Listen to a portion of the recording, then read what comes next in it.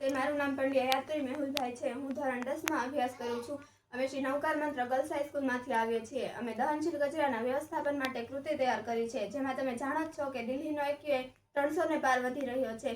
પંજાબ, હરિયાણા, ચંદીગઢ જેવા ઉત્તર ભારતના રાજ્યો અત્યારે ખૂબ વધતા જતા પ્રદૂષણના કારણે ખૂબ પીડાય છે। તેના માટે અમે એવું વિચારેલું છે કે આ દહનશીલ ચેમ્બરની અંદર એ પરાળીને બાળવામાં આવે।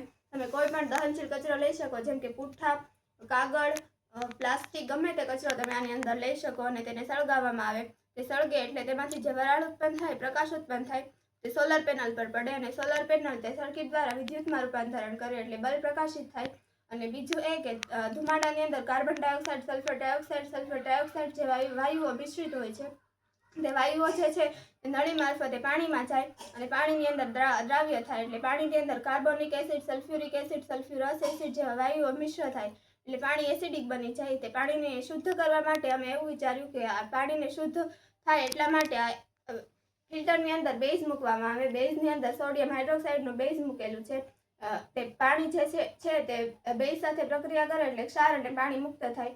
ક્ષાર જે મળે એનો આપણે રંગ બનાવવામાં ઉપયોગમાં લઈ શકીએ અને જે પાણી મળે તેને આપણે વપરાશમાં ઉપયોગમાં લઈ શકીએ।